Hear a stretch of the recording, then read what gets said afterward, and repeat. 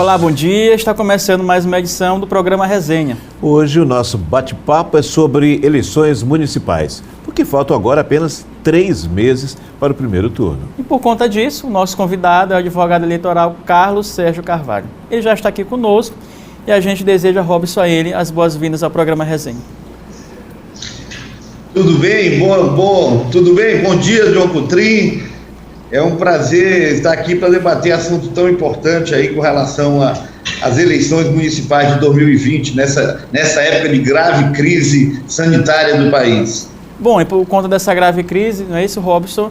A gente começa perguntando, doutor Carlos Sérgio, sobre o calendário eleitoral desse ano. A gente sabe que as eleições mudaram de data para novembro e agora, por exemplo, já no mês de setembro já haverá as convenções no dia 26. Se o senhor pudesse resumir para a gente agora o que vai acontecer, qual é o calendário eleitoral no país esse ano?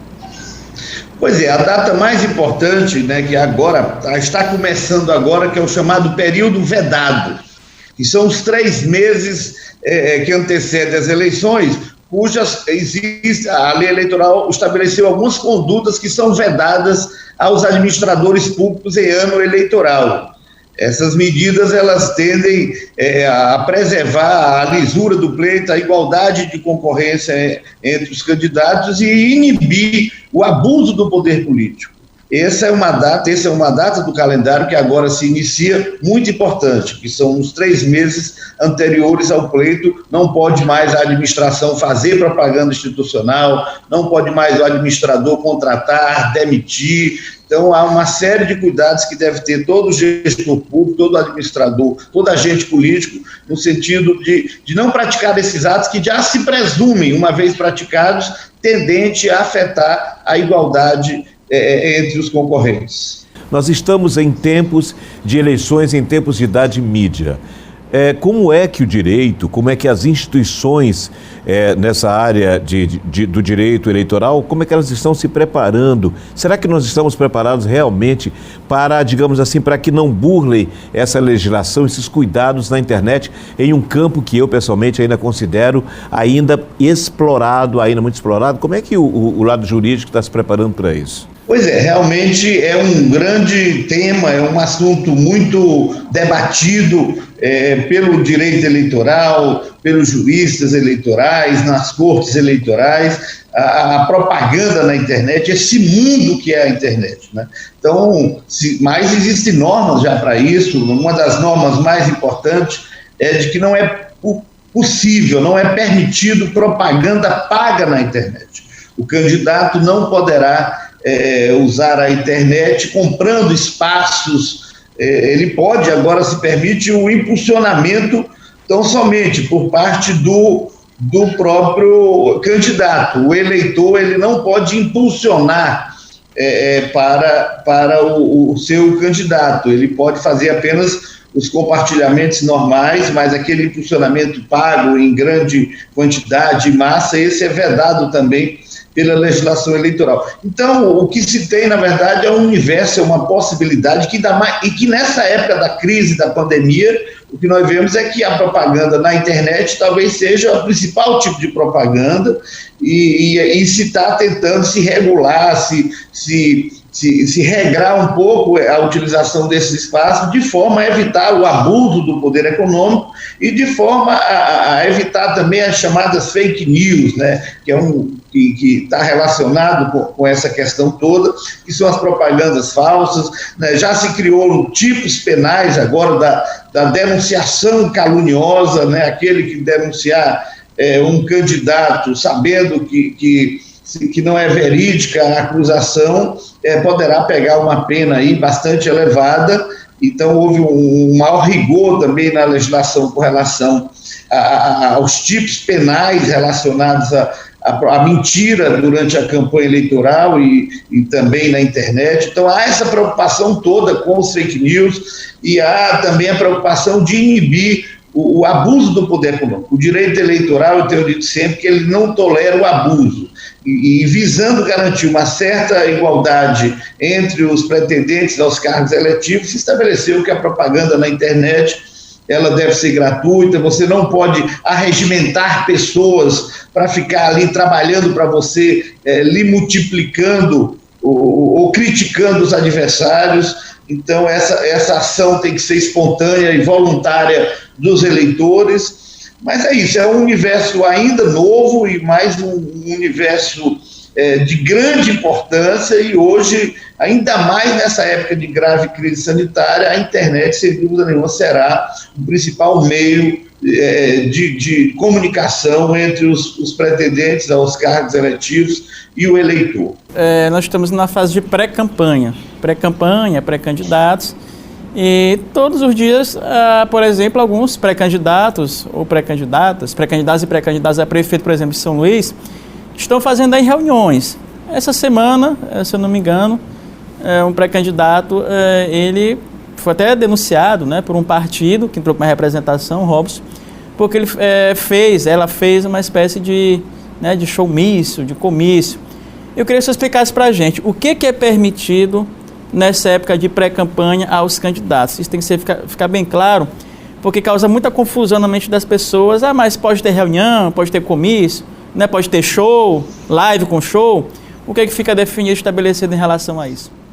Na verdade, nós estamos já indo numa pré-campanha que foi, inclusive, prolongada, né, com o adiamento da data das eleições, e você deve ter muito cuidado com a pré-campanha. O que nós tivemos, John Coutrinho, Robson, é que houve uma diminuição no período de campanha, né? Vocês sabem que há bem pouco tempo eram 3 meses de campanha eleitoral. Isso foi reduzido aí para em torno de 45 dias o prazo para as campanhas eleitorais. Com isso, se criou uma legislação para permitir a pré-campanha. Então, diminuiu o prazo de campanha eleitoral, mas se flexibilizou os atos que podem ser praticados pelos pretendentes a cargo eletivo na chamada pré-campanha. Então, há uma lei que trata disso, foi acrescido um dispositivo, na verdade, na lei eleitoral, dispondo sobre a propaganda antecipada. Então, o pré-candidato, ele pode se definir como pré-candidato, ele pode participar de reuniões, de debates na sociedade civil, ele pode se promover pessoalmente, mas ele não pode fazer o pedido explícito de voto, ele não pode claramente pedir o voto como se já estivéssemos efetivamente na campanha eleitoral. Isso, o que diz a lei é isso, a lei permite uma série de atos aos pré-candidatos, vedando expressamente um pedido de voto, um pedido explícito de voto. Entretanto, os tribunais eleitorais, e sempre com o acompanhamento do Ministério Público, eles passaram a entender que somente o que estava na lei talvez fosse muito flexível demais, e que, portanto, deveria haver algum tipo de regramento também em relação a certos atos praticados pelos pré-candidatos. E acabou-se chegando ao entendimento, eu penso que o entendimento do TSE, da Justiça Eleitoral no momento, é de que você não pode fazer o pedido explícito de voto, como está previsto claramente na lei, mas você também não pode praticar, o pré-candidato não pode praticar condutas que lá na campanha ele não poderá praticar. Então, aquilo que está proscrito durante a campanha também não pode ser permitido durante a pré-campanha. Então,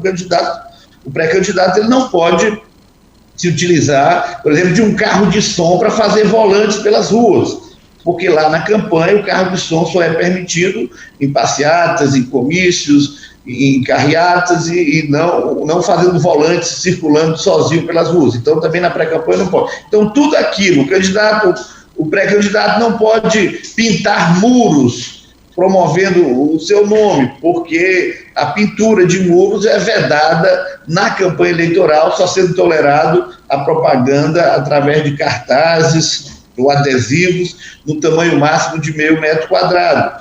Então, esse é um outro balizamento. Não pode fazer pedido explícito de voto, não pode praticar atos que durante a campanha eleitoral o candidato também não pode praticá-los. E uma outra questão que é muito importante, um terceiro parâmetro, que não se pode gastar muito na pré-campanha. Você não pode realizar atos eleitorais, atos na sua pré-campanha que envolvam recursos excessivos, não pode ser uma coisa tão profissional, tão onerosa, porque isso desequilibra o processo. Então, se busca também que os atos da pré-campanha, eles sejam permitidos somente aqueles, que todos os pré-candidatos possam praticar aqueles atos. Então, você não pode admitir, de repente, que um candidato esteja realizando uma série de atos e gastando muito, se os demais pré-candidatos não podem também fazer aquilo, uma vez que também durante a campanha eleitoral já há um limite de gastos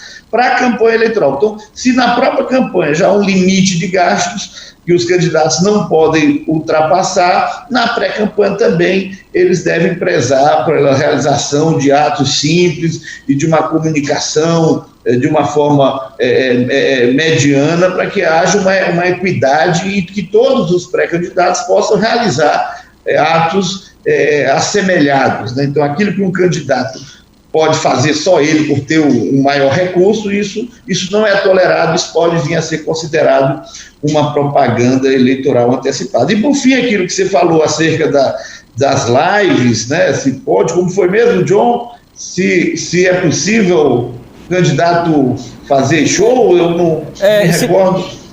Se um pré-candidato pode convocar uma música ou um cantor, fazer uma live, né, e depois uma reunião com militantes, apoiadores. Pois essa é uma discussão, porque as lives se tornaram aí um fenômeno durante a pandemia, durante o distanciamento social a que todos nós fomos submetidos, e que foi necessário o país parar para poder a gente conter essa pandemia, essa grave doença, e passou-se a ter muitas lives. Então, pode um pré-candidato participar de lives? Eu penso que isso não é algo que deva ser recomendado aos pré-candidatos, porque pode vir a desequilibrar um pouco o processo, na medida em que também durante a campanha você não pode fazer show, o candidato não pode realizar atividades artísticas, cantores, isso já há muito tempo deixou de ser permitido pela Justiça Eleitoral na campanha eleitoral. Se na campanha eleitoral você não pode realizar os seus eventos sendo acompanhados por bandas, por artistas e tal, também é razoável que durante a pré-campanha você também não possa fazer isso, né? Mas é claro que sempre tem que se ver a extensão, a dimensão,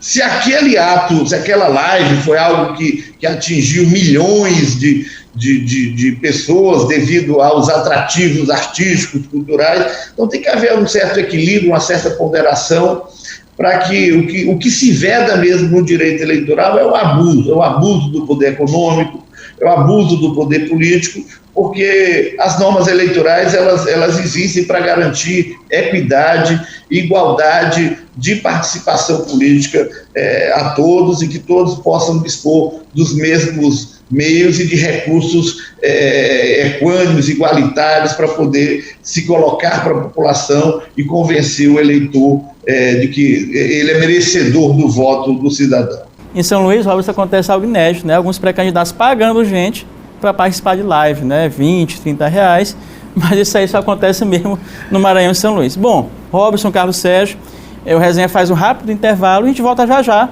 com mais bate-papo, conversa aqui, tirando as dúvidas com o advogado eleitoral Carlos Sérgio. É só um instante.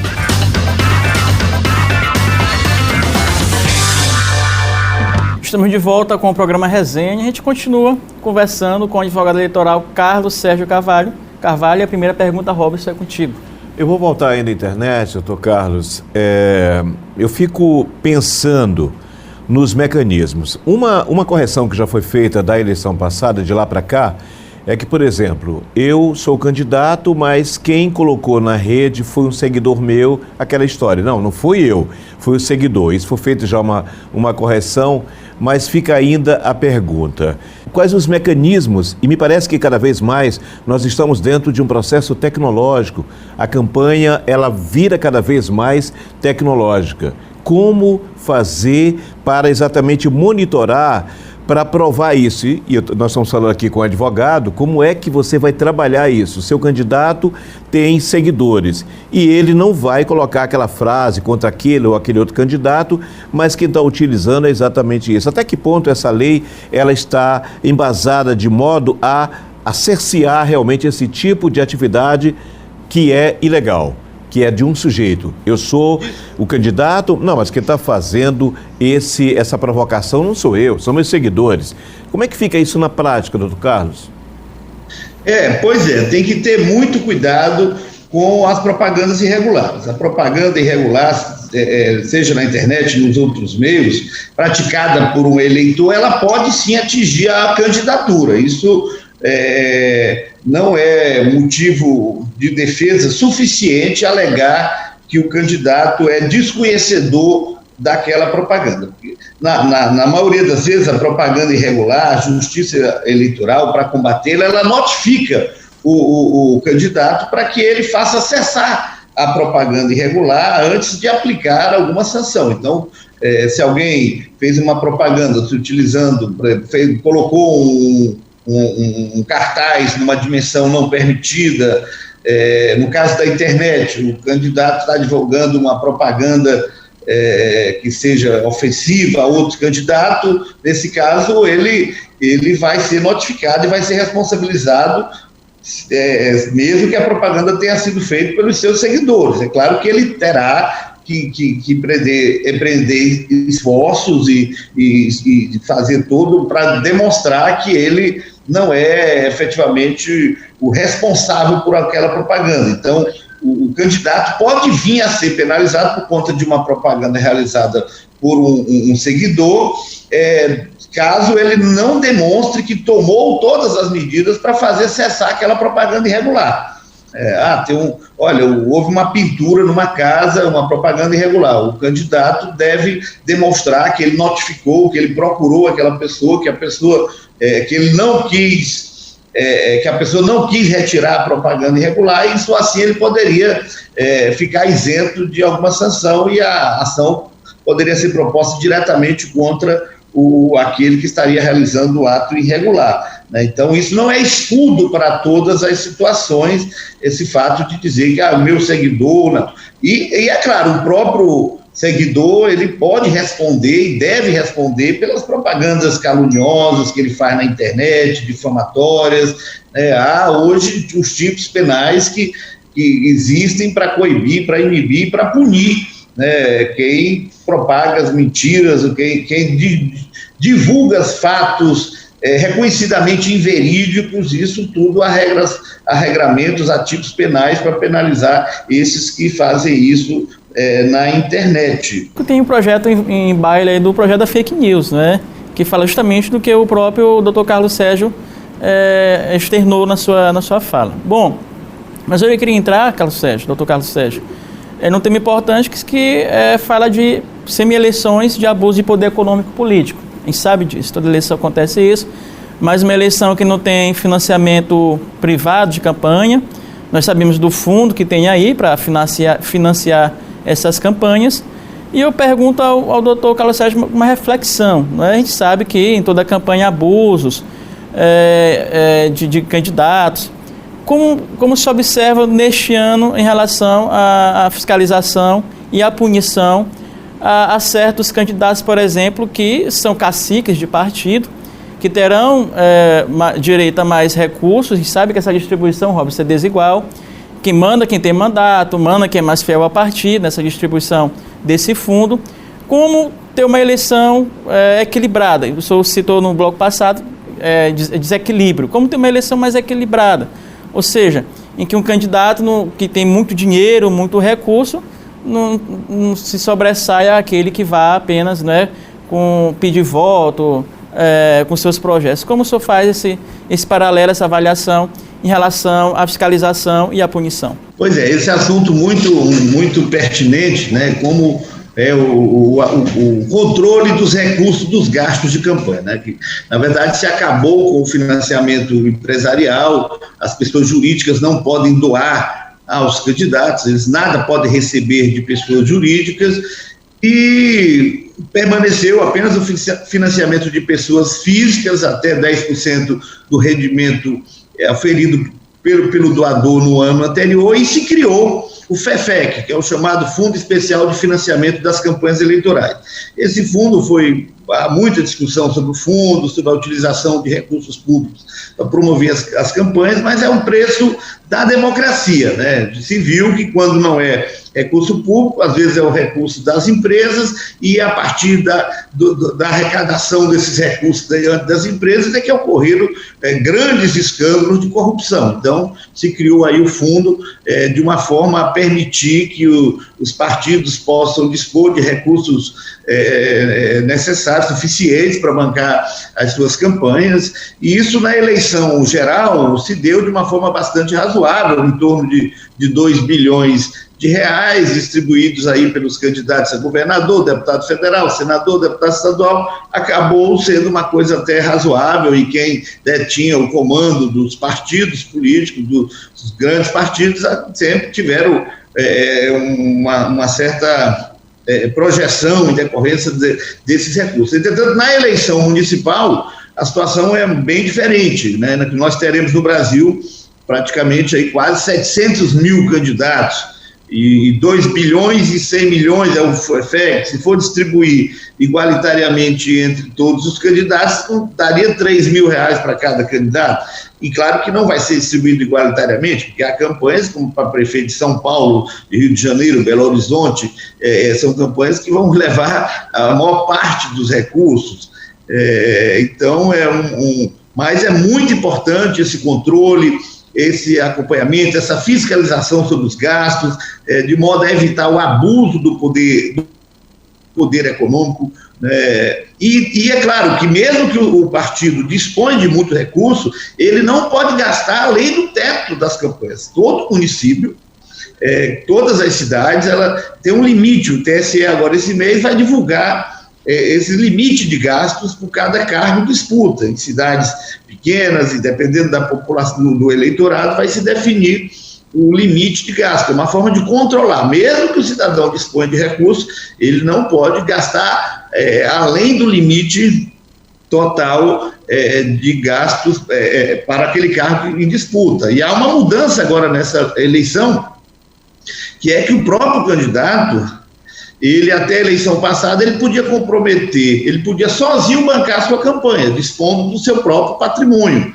Agora isso só é permitido até 10% do gasto de campanha. Se tem uma cidade onde o limite de gastos para prefeito é 500 mil reais, o candidato, recurso dele próprio, ele só poderá gastar até 50 mil. Então houve uma forma de permitir que não haja um certo favorecimento dos candidatos mais ricos. Então, todos os candidatos irão ter que correr atrás das doações das pessoas físicas, e, é claro, contar também, dependendo do partido, porque a distribuição dos recursos do fundo depende das orientações de cada partido, mas o recurso ele é um volume grande. Entretanto, o nosso país é maior ainda, e quase 700 mil candidatos, a grande maioria desses candidatos não verão um centavo sequer. Tudo indica, só se fizer algum milagre de multiplicação dos pães, de multiplicação desses recursos, mas a grande maioria dos candidatos não vai ver a cor dos recursos do FEFEC. Não parece utopia essa história do não uso, eu só vou usar 10%, ou então não tem outra empresa? Na prática, o senhor não acha isso meio utópico, que isso possa acontecer, considerando a nossa experiência? Eu não estou trabalhando em cima de uma hipótese, eu estou considerando o que a Lava Jato tem demonstrado ao longo desses anos. Sem dúvida nenhuma, Robson, é tudo muito um ideal, né? O direito é um dever ser, é uma busca constante pelo aperfeiçoamento, pela melhoria, e há inclusive debates intensos sobre se essas regras e normas, se esse exagero de normas, se isso vai levar realmente ao aperfeiçoamento do sistema político. Nós vivemos uma grave crise de representatividade no nosso país, uma grave crise política, nós precisamos sempre melhorar o nosso sistema político, e o direito eleitoral ele está inserido dentro dessa discussão de forma a permitir realmente que haja uma maior igualdade entre os candidatos, se combatendo os abusos, mas isso sempre é um ideal, né? Nós vivemos numa sociedade capitalista, nós vivemos num país extremamente desigual, desigual socialmente, economicamente, regionalmente, e é difícil como lidar com todas essas diferenças, todo um distanciamento. O Brasil agora passou por esse distanciamento, mas nós já vivemos um distanciamento social há séculos, né? Nós temos ainda uma dívida enorme com grandes parcelas da população que até hoje é excluída do acesso aos bens de consumo, nós temos problemas raciais, nós temos problemas com as minorias, nós temos problemas de discussões acerca de questões de gênero. O Brasil é um país ainda efervescente, que clama pelo aprofundamento das políticas públicas, e é claro que o direito eleitoral ele vai querer sempre normatizar para possibilitar que haja essa igualdade, essa equidade entre os candidatos, de forma que todos esses setores, de forma que todos os segmentos da população possam estar representados no Estado através de vereadores, deputados, e que todos os setores da sociedade possam ter seus representantes no parlamento e nos governos. Isso é o desejo do direito eleitoral, mas é claro que é sempre um sonho, sempre uma utopia. A gente sempre tem que estar procurando construir mais, e não é fácil, né? Porque na medida que também se cria muitas normas, se faz com que essas normas sejam mais desrespeitadas também. Há muito desrespeito às normas, e isso vai sempre repercutir no Poder Judiciário, que vem sendo aí sempre protagonista nas últimas eleições, e há toda uma questão sobre as inelegibilidade, sobre os abusos, sobre as condutas vedadas, sobre a compra de voto. Nós estamos aí já com a compra de voto, é uma lei de 1998, já tem 22 anos, e aí aos poucos ela foi sendo implementada no Brasil. E será se essa lei realmente depurou, melhorou, aperfeiçoou o nosso sistema eleitoral? Será se nós melhoramos os nossos representantes a partir dessas normas, né? Então é toda uma discussão que nós estamos sempre fazendo, nós juristas que atuamos na área do direito eleitoral, estamos sempre discutindo isso. E é algo a se avançar, o direito eleitoral, ele é um sonho, é um desejo, é uma meta, mas nós temos que procurar isso, estar lutando sempre para que haja realmente maior igualdade de participação política a todos os cidadãos. Doutor Carlos Sérgio, a gente agradece muito a sua participação aqui no Resenha. É isso aí, Robson. Então, um ótimo fim de semana para você, e a gente aguarda você no próximo sábado.